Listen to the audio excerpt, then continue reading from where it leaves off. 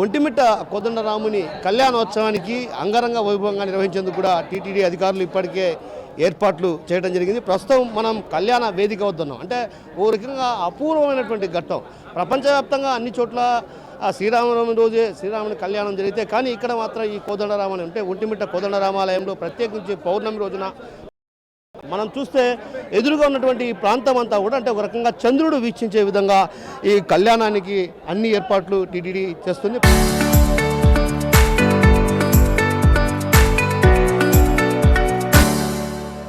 ప్రస్తుతం మనం చూస్తున్నాం కళ్యాణ వేదిక వద్ద కూడా అంతా ముస్తాబవుతున్నటువంటి దాదాపు 12 టన్నుల పుష్పాలు అంటే వివిధ రకాల పుష్పాలతో కూడా ఇక్కడ అటు పూర్తి స్థాయిలో అటు ఏదైతే కళ్యాణ వేదికకు సంబంధించినటువంటి తంతంతా కూడా మరి కాసేపట్లో పూర్తి కానుంది. ఈ నేపథ్యంలో అటు భక్తులు కూడా పెద్ద ఎత్తున ఇక్కడికి తరలన్న నేపథ్యంలో కూడా భక్తులు ఎలాంటి అసౌకర్యానికి గురి కాకుండా మనం చూడొచ్చు. ముప్పక్క ఇది కళ్యాణ వేదికలో కూడా వివిధ రకాల పుష్పాలతో కూడా అక్కడ మండపాన్ని పూర్తిగా తీర్చిదిద్దుతున్న పరిస్థితి మనం చూడొచ్చు. ప్రధానంగా అంటే దాదాపు 12 టన్నులకు సంబంధించినటువంటి పుష్పాలను కూడా వివిధ రకాల పుష్పాలు అటు చెన్నై, ముంబై వంటి ప్రాంతాల నుంచి కూడా ఇక్కడ తీసుకురావడం జరిగింది. ఇదంతా కూడా ముస్తాబవుతున్న పరిస్థితి. మరి కాసేపట్లో కూడా అటు కళ్యాణానికి సంబంధించి వేదిక ఏదైతే కళ్యాణ వేదిక పూర్తి కానుంది. అయితే ఉత్సవమూర్తులను ఒంటిమిట్ట కోదండరామాలయం నుంచి అపరూపమానంగా ద్వేదీపమానంగా అంటే ఒక రకంగా కన్నుల పండుగ సాగుతుంది. ఏదైతే ఆ ఉత్సవాన్ని చూసేందుకు కూడా అటు పెద్ద ఎత్తున భక్తులు తరలి వచ్చేటువంటి పరిస్థితి ఉంది. అయితే మరోవైపు ఆలయ ప్రాంగణం నుంచి కూడా సాయంత్రం 4 గంటల ప్రాంతంలో కోదండరాములు ఏదైతే ప్రత్యేకమైనటువంటి పల్లకిపై ఇక్కడికి చేరుకుంటారు. ఇక్కడ జరిగేటువంటి ఎదుర్కోళ్ల ఉత్సవం కూడా అపరూపంగా ద్వేదీపమానంగా సాగుతుంది. ఏదైతే ఆ ఘట్టాన్ని చూసేందుకు కూడా ఒక రకంగా భక్తులు ఇక్కడికి తరలి వచ్చేటువంటి పరిస్థితి. మరోవైపు భక్తులు రానున్న నేపథ్యంలో కూడా ప్రతి గ్యాలరీ కూడా అంటే దాదాపు 140 గ్యాలరీలు ఇక్కడ ఏర్పాటు చేయడం జరిగింది. అదేవిధంగా 140 గ్యాలరీలో కూడా పెద్ద ఎత్తున భక్తులు ఇక్కడికి తరలి వచ్చే నేపథ్యం. అయితే 70 నుంచి 80 వేల మంది భక్తులు కూడా ఇక్కడికి తరలి వస్తారన్నటువంటి అంచనా కూడా అధికారులు ఇప్పటికే వేయడం జరిగింది. టీటీడీ అధికారులు కూడా అటు పూర్తి స్థాయిలో ఏర్పాట్లు చేశారు. మనం చూడొచ్చు గ్యాలరీలో కూడా ఏదైతే గ్యాలరీలో కూడా ప్రధానంగా ప్రతి గ్యాలరీలో కూడా ఒక రెవెన్యూ శాఖకు సంబంధించినటువంటి సిబ్బంది, అదేవిధంగా వైద్య శాఖకు సంబంధించినటువంటి సిబ్బంది, కొంతమంది వాలంటీర్లను కూడా నియమిస్తున్నారు. ఎవరైతే భక్తులు లోనికి అడుగు పెట్టగానే శ్రీవారి తలంబ్రాలతో పాటు అంటే ఏదైతే కోదండరాములూరి తలంబ్రాలతో పాటు అటు శ్రీవారి లడ్డూను కూడా పంపిణీ చేస్తారు. అదేవిధంగా ఇక్కడికి వచ్చే భక్తులు కూడా త్రాగునీటి సౌకర్యంతో పాటు స్నాక్స్, అదేవిధంగా వారికి భక్తులకు అంటే ఇక్కడే ఏదైతే గ్యాలరీ ఉందో ఆ గ్యాలరీలోనే వారికి ప్రసాద వితరణ కార్యక్రమం అంటే అన్న ప్రసాద వితరణ కార్యక్రమాన్ని కూడా చేపట్టడం జరిగింది. అయితే దాదాపు 140 గ్యాలరీలను కూడా ఏర్పాటు చేశారు. ఎక్కడే కానీ ఎలాంటి అవాంఛనీయ సంఘటనలు జరగకుండా కూడా ముందస్తు చర్యల్లో భాగంగా కూడా ఎస్పీ ఇప్పటికే నచికేత్ విశ్వనాథ్ ప్రత్యేకమైన దృష్టి సారించారు. 4 గంటల 15 నిమిషాలకు సీఎం చంద్రబాబు కళ్యాణ వేదిక అంటే ఈ కళ్యాణ వేదిక అటువైపున చంద్రబాబు దంపతులు చేరుకుంటారు. చంద్రబాబు దంపతులు చేరుకున్న అనంతరం కూడా వెంటనే టీటీడీ అతిథి గృహానికి చేరుకుంటారు. టీటీడీ అతిథి గృహానికి చేరుకున్న ఆ తర్వాత ఆయన 4 నుంచి 6 గంటల వరకు కూడా అక్కడ సేద తీరుతారు. సేద తీరిన అనంతరం కూడా ఒంటిమిట్ట కోదండరామాలయాన్ని దర్శించుకొని స్వామివారికి ప్రత్యేక పూజలు నిర్వహించి ఆ తర్వాత ఆయన కళ్యాణ వేదిక ఇక్కడ ఉన్నటువంటి కళ్యాణ వేదిక వద్దకు చేరుకుంటారు. ఇక్కడ వేదిక వద్దకు చేరుకున్న అనంతరం కూడా కోదండరాములూరికి పట్టు వస్త్రాలు, ముత్యాల తలంబ్రాలను సమర్పించి ఈ కళ్యాణోత్సవాన్ని వీక్షిస్తారు.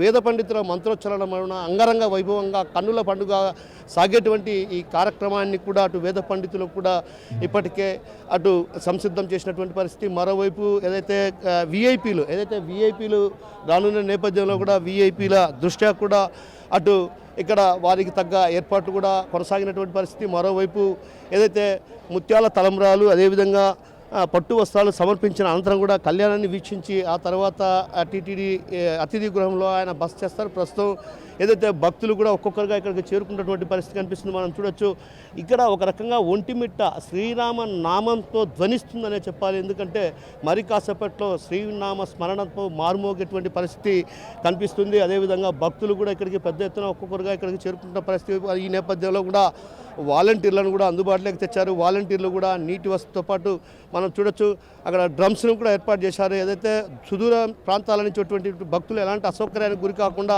అంటే దాదాపు 70 నుంచి 80 వేల మంది భక్తులు మాత్రమే వస్తారని అధికారులు అంచనా వేసినప్పటికీ కూడా దాదాపు 1,00,000కు మించి ఎక్కువగా కూడా భక్తులు వచ్చే అవకాశం ఉంది. కాబట్టి ఎల్సీడీ స్క్రీన్ల ద్వారా కూడా మనం చూడొచ్చు. ప్రతి గ్యాలరీలో కూడా ఒక ఎల్సీడీ స్క్రీన్ ఏర్పాటు చేశారు. ఎల్సీడీ స్క్రీన్ ద్వారా వాళ్ళంతా కూడా వీక్షించే విధంగా కూడా ఇక్కడ ఏర్పాటు చేయడం జరిగింది. అయితే ఈ నేపథ్యంలో ఏదైతే కళ్యాణోత్సవానికి వీఐపీల రానున్న నేపథ్యంలో కూడా కొన్ని ట్రాఫిక్ ఆంక్షలను కూడా పెట్టడం జరిగింది. ట్రాఫిక్ ఆంక్షల నేపథ్యం అంటే ఏదైతే కడప నుంచి వచ్చేటువంటి వాహనాలన్నింటినీ కూడా అటు ఏదైతే సాయిబాబా గుడి వైపు నుంచి అంటే మాధవరం దగ్గర ఉన్నటువంటి సాయిబాబా గుడి వైపు నుంచి సాలాబాద్ ఆ రూట్లో వెళ్లాల్సిందిగా ఇప్పటికే స్పష్టంగా కొన్ని ఆంక్షలు విధించడం జరిగింది. మరోవైపు ఏదైతే సుదూర ప్రాంతాల నుంచి తిరుపతికి వెళ్ళేటువంటి బస్సులకు సంబంధించి కడప ఇర్కాన్ సర్కిల్, ఆ తర్వాత రాయచోటి మీద పీలేరు మీదుగా కూడా చేరుకుంటారు. అయితే ఇక్కడికి వచ్చే సాధారణ భక్తుల కోసం ప్రత్యేకించి 12 ఏదైతే పార్కింగ్ స్థలాలను ఏర్పాటు చేయడం జరిగింది. మరోవైపు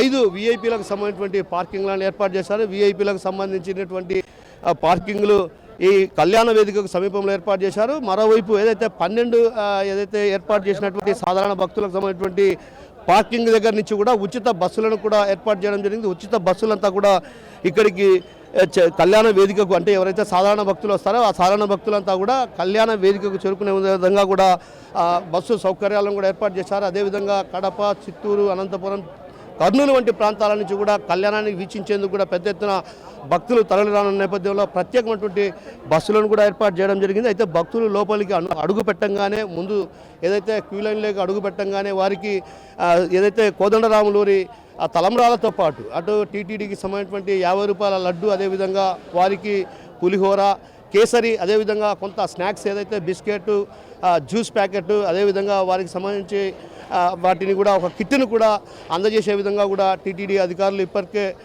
అది ప్యాకింగ్ చేయడం జరిగింది. దాదాపు 1,00,000కు పైగా ఇక్కడికి తరలివచ్చే నేపథ్యంలో కూడా ప్రతి భక్తుడు కూడా ఏ భక్తుడు కూడా అసౌకర్యానికి గురి కాకుండా, అదేవిధంగా ఎండ తీవ్రత ఎక్కువగా ఉన్న నేపథ్యం కాబట్టి భక్తులు ఒకవేళ ఏదైనా అనారోగ్యం పాలైతే మాత్రం వారందరికీ కూడా ప్రత్యేకించి ప్రతి గ్యాలరీలో కూడా ఒక ఏఎన్ఎం, అదేవిధంగా ఆశా వర్కర్ ఉంటారు కాబట్టి వారి ద్వారా వైద్య సహాయం అందజేయడంతో పాటు ఇక్కడ ఉన్నటువంటి ఈ కళ్యాణ వేదిక వద్ద కూడా దాదాపు ఏదైతే 5 మెడికల్ శిబిరాలను కూడా అంటే వైద్య శిబిరాలను కూడా ఏర్పాటు చేశారు. బయట 8 వైద్య శిబిరాలను కూడా ఏర్పాటు చేసిన పరిస్థితి.